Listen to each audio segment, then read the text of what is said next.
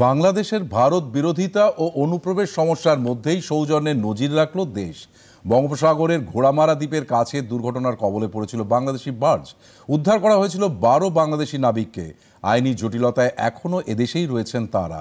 ঈদে বাড়ি ফিরতে পারবে না নাবিকরা, কিন্তু উৎসবের আনন্দ দিতে তাদের হাতে তুলে দেওয়া হলো নতুন পোশাকের উপহার।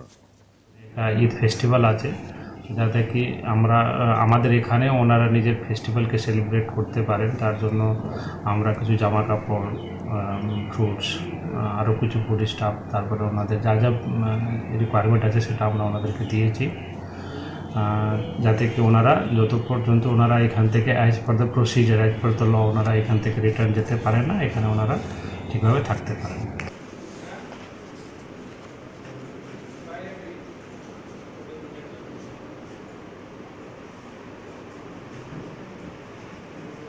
আরও জন বাংলাদেশি যারা জাহাজ অ্যাক্সিডেন্টের কারণে ডুবে যাওয়ার কারণে আমাদের সাগরে কৃষ্ণনগরে আছে, তাতে এনারা যাতে নিয়মিত এই রমজান মাসে এবং সামনে ঈদ, তাই বিডিও সাহেব এবং মন্ত্রী মহাশয়, আমাদের সাগর থানা সবাই মিলে ফল এবং নতুন পোশাক যাতে পরতে পারে, আমরা চাইছি যাতে তারা সুরক্ষিতভাবে আবারও বাংলাদেশে ফিরে যেতে পারে।